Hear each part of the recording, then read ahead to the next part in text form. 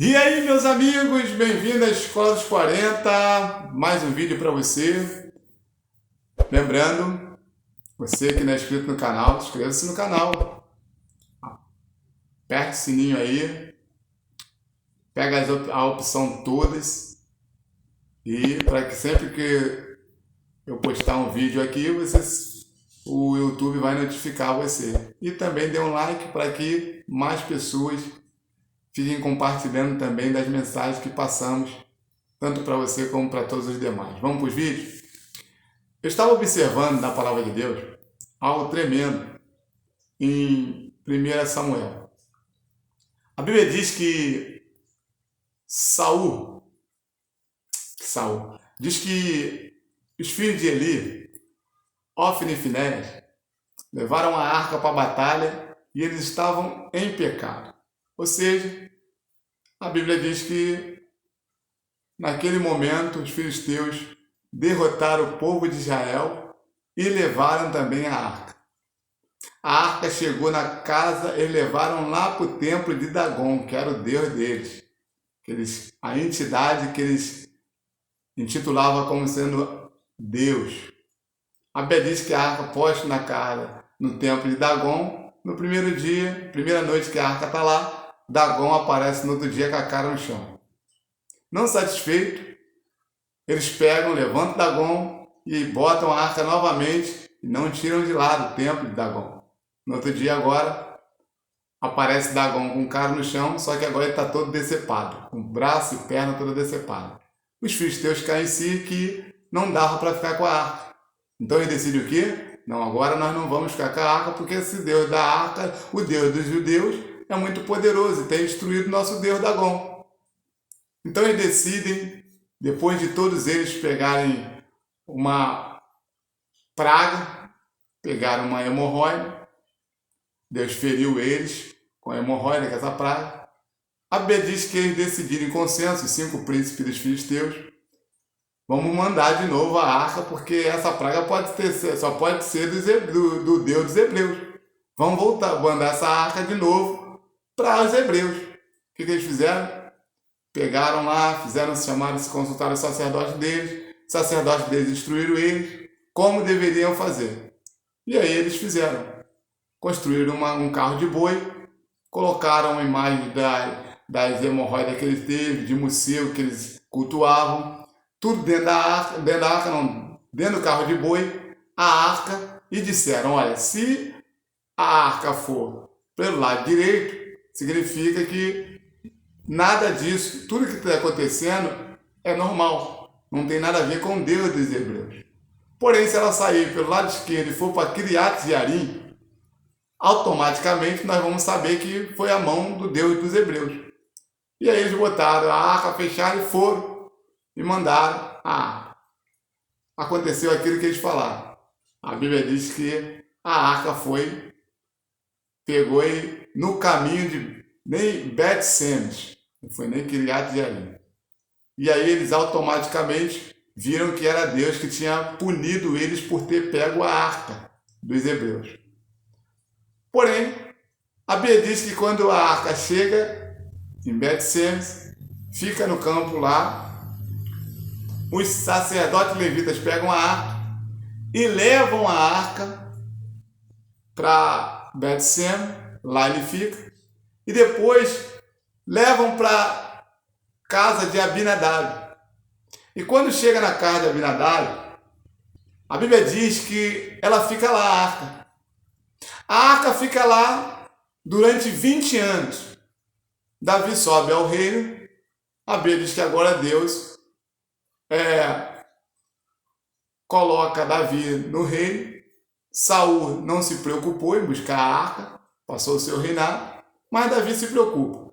A Bíblia diz que Davi vai lá e deseja trazer a arca para Jerusalém, depois que o reino dele tinha sido conquistado, e ele decide fazer isso. Então ele vai lá e pede para ir pegar a arca na casa de Abinadab. Foram lá pegar, lembrando que os filisteus tinham posto a arca num carro de boi. A Bíblia diz que os ímpios que não sabem o que é lei, fazendo o que é lei, para eles é lei. Ou seja, no momento que eles botaram a arca no carro de boi e levaram, tá feito. Foi os filisteus. Eles não têm parte com Deus. Agora, na casa de Abinadab, Uzai e Aiô, são os dois filhos de Abinadab, eles pegam também, colocam a arca no carro de boi, do mesmo jeito, novo, e também vai conduzindo. Davi chama toda aquela comitiva e começa todo mundo a fazer aquela festa à frente da arca. A Bíblia diz que quando Davi faz aquela festa, num dado momento, a arca começa a balançar.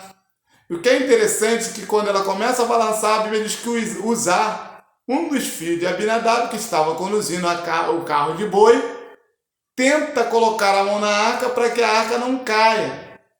Naquele momento, Deus fere ele e ele cai fulminado. Davi fica triste, pega a arca e deixa a arca na casa de Obed-edom. A Bíblia diz que Davi fica triste, deixa a arca lá na casa de Obed-edom e volta para Jerusalém.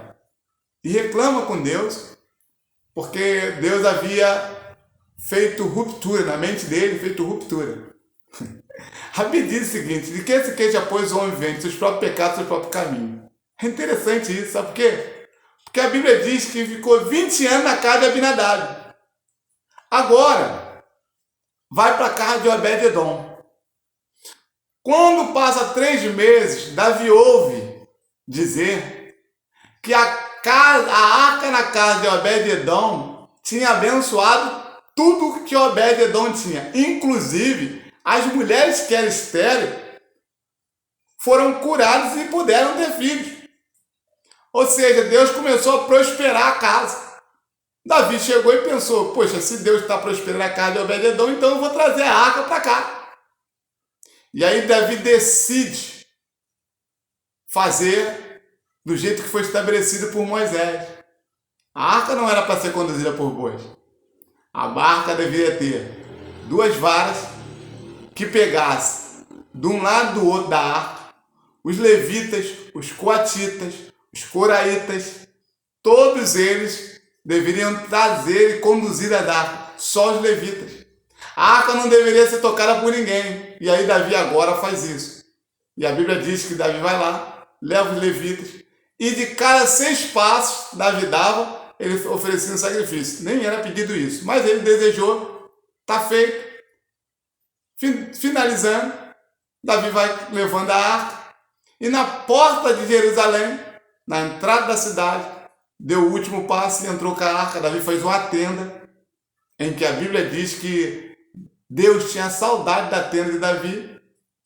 Davi colocou os levitas 24 horas lá, adorando a Deus. A arca estava lá, dentro de Jerusalém. Davi conseguiu levar a arca da maneira certa. Por quê? Porque ele fez a coisa certa, da maneira certa, deu certo. Porque não adianta fazer as coisas certas da maneira errada, que não vai dar certo. Eu sempre digo para as pessoas, é igual a lei da matemática. Positivo com positivo, positivo. Positivo com negativo, é negativo, querido. É a mesma coisa com as leis de Deus. Então, finalizando, eu quero abordar aquilo que mais me chamou a atenção em toda essa história colocada na Bíblia acerca da arca de Deus. Foi a casa de Abinadab e a casa de Obed-edom. Por que em 3 meses a casa de Obed-edom foi abençoada com tudo? E em 20 anos, a casa de Abinadab não teve uma bênção sequer. Se os 2 lugares tinham a presença de Deus. Eu tenho uma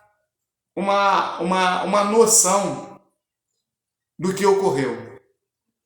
Lendo a Bíblia, eu pude detectar que houve uma coisa que fez com que Deus abençoasse a casa de Obed-edom e não abençoasse a casa de Abinadab, mesmo estando lá dentro. Sabe qual foi a diferença? Se você analisar, a Bíblia diz que Uzai e Aiô eram filhos de Abinadab.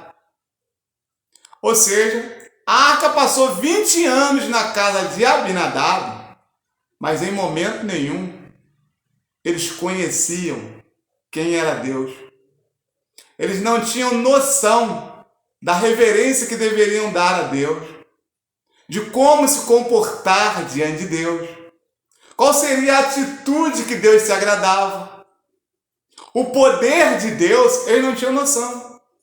Às vezes nós estamos com a presença de Deus próximo a nós, queremos trazer para nossa casa, mas nós não temos noção do que é a presença de Deus. Uzá e Aiô, filhos de Abinadab, não tinham noção. Tanto é que quando a arca os bois começam a fazer menção como se fossem cair, eles acreditavam que a arca ia cair. Ou seja, Deus não tinha um poder para manter-se a arca de pé. Isso é uma noção clara de quem não conhece Deus. Às vezes a tua casa não está sendo abençoada porque você não tem noção de quem é o Deus que está realmente na tua casa. Às vezes nós temos tudo para realmente fazer com que as coisas deem certo. A presença de Deus estava dentro da casa de Abinadab e eles não aproveitaram. Talvez Deus esteja dentro da tua casa e você não está aproveitando. Como que você vai aproveitar? Tem que recepcionar ele bem. E tem uma coisa que Apocalipse capítulo 2, 20 diz o seguinte: eis que estou à porta e bato. Se alguém abrir, eu entro e sei. Essa palavra é para crente. Às vezes, você é crente.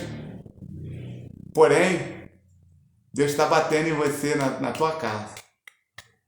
Dizendo, eu quero entrar, tira essa música aí. Eu quero entrar, muda esse comportamento. Eu quero entrar, faz um ambiente melhor para mim. É interessante, biblicamente falando, que você vê que Jesus, ele tinha muitos amigos, muitos. Mas há dois destaques na Bíblia que é interessante. Um era a casa de Lázaro, outro era a casa de Pedro. Eram os dois únicos lugares em que Jesus sentia à vontade.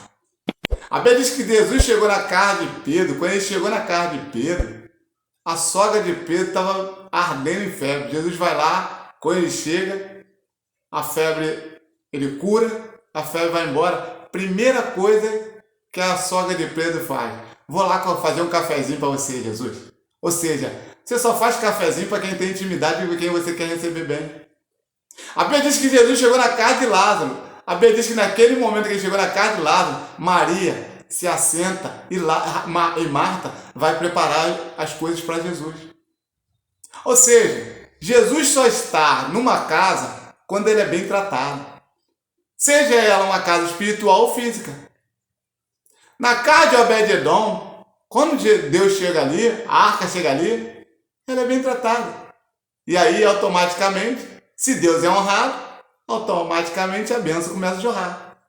Essa é a diferença da casa de Abinadab para a casa de Obed-Edom. Qual é a tua casa? A de Abinadab ou de Obed-Edom? Quem é você? Reflita nisso. Porque muitas vezes nós estamos andando em círculo, que nem o povo de Israel. Que Deus te abençoe e te fortaleça. Que Deus te dê graça. E que a boa mão de Deus esteja sobre sua vida. Lembrando, curta, compartilhe, divulgue o canal e vamos conosco nessa jornada.